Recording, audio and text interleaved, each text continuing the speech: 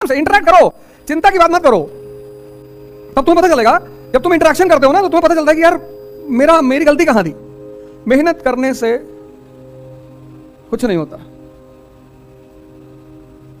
कभी रिक्शे वाले को जाके देखो, हाँ, उसको जो फायदा होता है रिक्शे वाले को, उसको एहसास नहीं होता कि मुझे फायदा क्या हो रहा है। अभी मैं कंपनी गार्डन में टहल रहा था और 12 बजे से टहल रहा था। एक लड़का है मेरे पास, कहा कि मैं क्या सोच रहा था कि बताओ इतनी धूप में 4 लोग टहल रहे हैं और कल खाना खूब खा लिया, मिठाई खा लिया करीब 1.5 किलो। मिठाई नहीं छूट सकती, मिठाई ही खानी है जीवन में। और मीठा खाने का एक नियम है, 1 किलो मिठाई मतलब 10 किलोमीटर की दौड़। और कल दौड़े ही नहीं तो वो सारा मीठा जो कन्वर्ट ही नहीं हो पाया। तो आज चला है 12 बजे कंपनी गार्डन, तो हमें 2 सीन पैरेलल चल रही थी। एक सीन क्या थी, एक लड़का था 13-14 साल का, खुदाई कर रहा था फावड़ा लेकर और पसीना बह रहा था उसके ठीक सामने एक जोड़ा बैठा हुआ था उसी उम्र का। आमने सामने सीन थी। गेट नंबर 3 जाओगे तो देखो कि वहां खुदाई चल रही है। गेट नंबर 3 के पास कुछ नाला वाला बना रहे हैं, कुछ बना रहे होंगे, कुछ बना रहे हैं शायद, हाँ। और वो गंगानाथ परिसर के पास उधर आज मैंने देखा बड़े लड़के उधर पढ़ रहे थे बेचारे, वो सब फोल्डिंग वाला ला के बेचारे पढ़ भी रहे थे कई सारे। तो 2 सीन पैरेलल थी। एक वो लड़का 13-14 साल का फावड़ा लेके चला रहा था और पसीना बह रहा था। मैंने कहा देखो ये शक्ति अर्जित कर रहा है और ये शक्ति का व्यय कर रहा है। जो व्यय कर रहा है उसे मजा आ रहा है और जो अर्जित कर रहा है वो दुखी है। जबकि खुशी किसको होना चाहिए? जो अर्जित कर रहा है। तो 13-14 साल का लड़का फावड़ा चला रहा है, पसीना बह रहा है, शक्ति पैदा हो रही है। जहां जहां तुम्हारी शक्ति पैदा हो रही है तुम वहां निराश हो जा रहे हो। जैसे पढ़ाई कर रहे हो निराशा में, तुम पढ़ाई कर रहे हो निराशा में, तुम करो साहब हमको पढ़ने का मन नहीं है, तब करोगे क्या? किस चीज का मन है बताओ? लिखो एक कागज में किस चीज का मन है, तुमको अपने ऊपर हंसी आएगी। मन के पास एक हथियार है आदमी को बर्बाद करने का। उस हथियार का नाम क्या है? बड़ा प्यारा हथियार है मन के पास, व्यक्ति को बर्बाद करने का। उस हथियार का नाम क्या है? चिंतन तो बड़ी अच्छी चीज है यार। मन के पास एक बड़ा प्यारा हथियार है और जिस दिन तुमने उस हथियार को अपने हाथ में लेकर पलटवार कर दिया, मन खत्म। टालना, कल पर टालना। हाँ, सुन लिए। ये मन का हथियार है। इसे कहो योग करना है, कहेगा कल। इसे कहो ध्यान करना है, कहेगा कल। इसे कहो पढ़ना है, कहेगा कल। ये नहीं कहता नहीं करेंगे, नहीं करे तो पकड़ में आ जाए। तुम इसकी देखो शातिर बना, ये कहता ही नहीं कि नहीं करना है, कहता करेंगे कल, और कल आता नहीं। जिस कल का तुम इंतजार कर रहे थे वो आज है। तो दुनिया में सबसे बड़ा स्कैम है कल। इसे कहो पार्टी करना है आज, शादी अभी। कुछ चीजों के लिए तुरंत तैयार है, तुरंत, बस अभी करा दो भैया।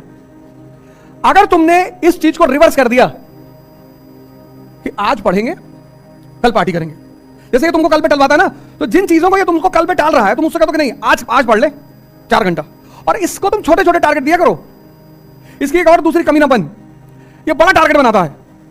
कहता कल जो है सुबह 8 बजे से 12 तो कम है, कहेगा सुबह 8 बजे से 7-8 बजे रात तक तो खींच देंगे, पढ़ेंगे नहीं, खींच देंगे। और इतना तुम्हें अंदर से उत्साहित रखेगा कि कल सब तुम्हारा खत्म करवा देगा। और जो सुबह 8 बजे का कहेगा बारिश हो रही, गेहूं फसल खराब हो गई, किसान बेचारे परेशान है। तुम्हारा भोजन बहुत संतुलित होना चाहिए, भोजन पर बड़ी निगाह रखनी चाहिए, धर्म का पालन करना चाहिए। हमारी माता जी कहती कि जब तुम्हारे मैं वीडियो देखती हूं तो मुझको बहुत हंसी आती।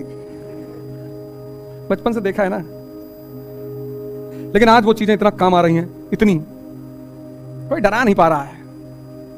इतना कांड कर भाई, टीचर डॉक्टर वकील, इन तीनों में से तीनों का क्या बिगाड़ दो? मानसिक संतुलन खत्म। मैं भैया परसों शाम को बैठा था, एक साहब का फोन आया, अरे बोले गजब हो गया। मैंने कहा वर्ल्ड वॉर शुरू कर रहे हैं, हमेशा मजाक के मूड में रहते हो। अरे मैंने कहा क्या हुआ? अरे बोले तुम्हारा फेसबुक पेज है। मैंने कहा मेरा तो 10-20 हजार है। एक पेज पे गंदी तस्वीरें लगी हैं। गंदी तस्वीरें? मैं सोचा गोबर का तस्वीर डाल दी होंगे साले, वही गंदी हुआ। मैं कहा लिंक भेजा तो देखा नग्न तस्वीरें थी उसमें। मैंने कहा तुम गलत बोले, नग्न तस्वीरें हैं। अरे गंदी नहीं है, मार देंगे मुक्का के, मारो इतना हाहाकार मचा। अरे कितनी बेइज्जती हो रही। मैं कौन सा मुगल फैमिली से हूं कि मेरी इज्जत है? इज्जत भिखमंगों की होती है, गरीबों की। गरीब आदमी क्या कहता है? भैया पैसा नहीं कमाएं लेकिन इज्जत बहुत कमाएं। लुंगी के नीचे कच्छा नहीं पहने हो। कभी जिंदगी में फालतू चीजों के चक्कर में मत पड़ना।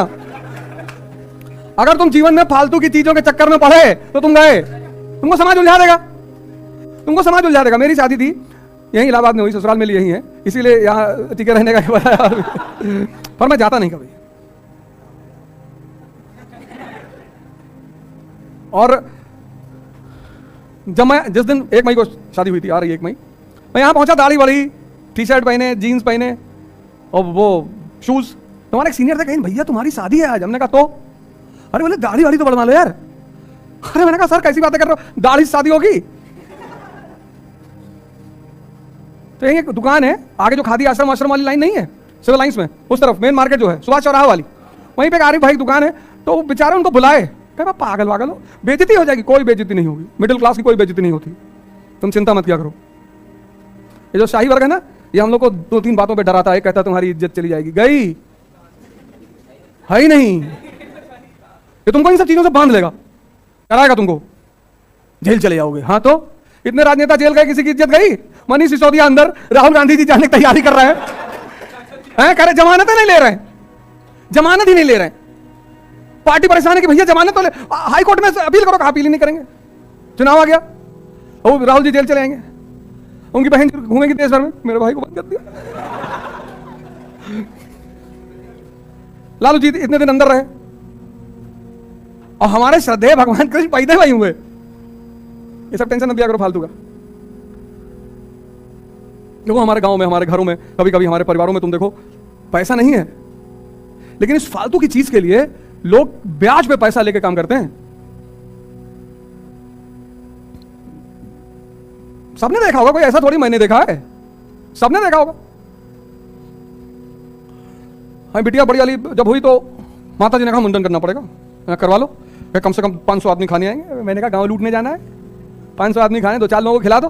अरे भैया जमार के लो, अबे भाड़ में गए जमार के लो, हाँ पैसा नहीं है, गोली खरीदने का पैसा नहीं, तुम जो है 500 लोग खड़ा कर दो, डाका डाल दें, फिर तुम बदतमीजी वाली बातें कर रहे हो।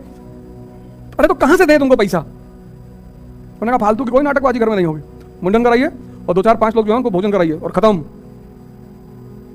सब फालतू की चीजों के चक्कर में कभी मत पड़ना, नहीं तो ये चीजें तुम्हारे दिमाग में कभी नहीं बैठेंगी। भारतीय दर्शन ने मुझे देखना सिखाया और पाश्चात्य दर्शन ने मुझे सोचना सिखाया। इसलिए भारत में फिलॉसफी एक बड़ा प्यारा सब्जेक्ट है। और भारत में शब्द क्या है? दर्शन। दर्शन मतलब देखना। तुम्हारे पिता ने जब तुम इतने बड़े थे, तुम्हारा पेशाब साफ किया, तुम्हारी पॉटी साफ की, तुमको अपने हाथ से खाना खिलाया, तुमको अपने कंधे बिठा घुमाया। अब हो सकता है तुम्हारी विचारधारा उनसे ना मिलती हो सकता है, चलो ठीक है, अभी नहीं मिल रही है, लेकिन उस पुराने जो कर्ज का ब्याज चल रहा है उसको भूल जाओगे? अगर 6 साल की उम्र में तुमको चाय की दुकान पे भेज दिया होता तो खत्म हो गए होते।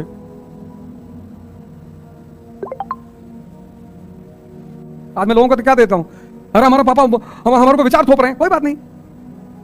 हमारे जमाने में मोबाइल था ही नहीं, कितना बड़ा जनरेशन गैप हो गया है भाई। तुम्हारा भी पिता हमारी उम्र से ज्यादा थोड़े होंगे, हमारी उम्र के ही होंगे। और हम पहली बार जो मोबाइल खरीदे 5110, वो 50 किलो का मोबाइल लिया था, इतना बड़ा मोबाइल था 5110 नोकिया का। वो मारने में ज्यादा काम आता था, मार दी किसी का सर फट गया। ये तो तुम्हारे हाथ में स्मार्टफोन से, तो कितना बड़ा जनरेशन गैप हो गया है। इसलिए जिसको दिखाई नहीं पड़ता ना, उसको समझाया नहीं जा सकता। भारत ने एक बहुत अच्छी बात कही कि जो दिखाई पड़े वो ज्ञान, पढ़ना मतलब कुछ नहीं। इसलिए पश्चिम में आज तक बुद्ध नहीं पैदा हुए, पश्चिम में विचारक पैदा हुए। विटगेन्स्टाइन, डेकार्ट्स, स्पिनोजा, लाइबनीज, कांट, इमैनुअल। पर आज तक पश्चिम में संत पैदा नहीं हुए। और पश्चिम में फिलॉसफी का मतलब है लव फॉर नॉलेज, ज्ञान के प्रति प्रेम। और भारत में दर्शन का मतलब है जो देखा गया। इसीलिए मैं बार बार तुमसे कहता हूं कि पढ़ के कोई महान नहीं हुआ। सारे साइंटिस्टों के बारे में पढ़ो, देखो मैडम क्यूरी, आइंस्टीन, इनको कहीं से विचार ही तो आया। किसी किताब में थोड़ी, एडिसन की कहानी पढ़ो, जिसने इलेक्ट्रिसिटी वाला जो साइंटिस्ट है, उसके टीचर ने क्या कहा उसकी मां से कि मंद बुद्धि है तुम्हारा लड़का ये। उसकी मां ने वो लेटर कभी एडिसन को दिखाया ही नहीं। एडिसन के प्रिंसिपल ने लेटर लिखा कि तुम्हारा बच्चा ये स्पेशल चाइल्ड है, मंद बुद्धि है, इसको ले जाओ, ये नहीं कुछ कर पाएगा।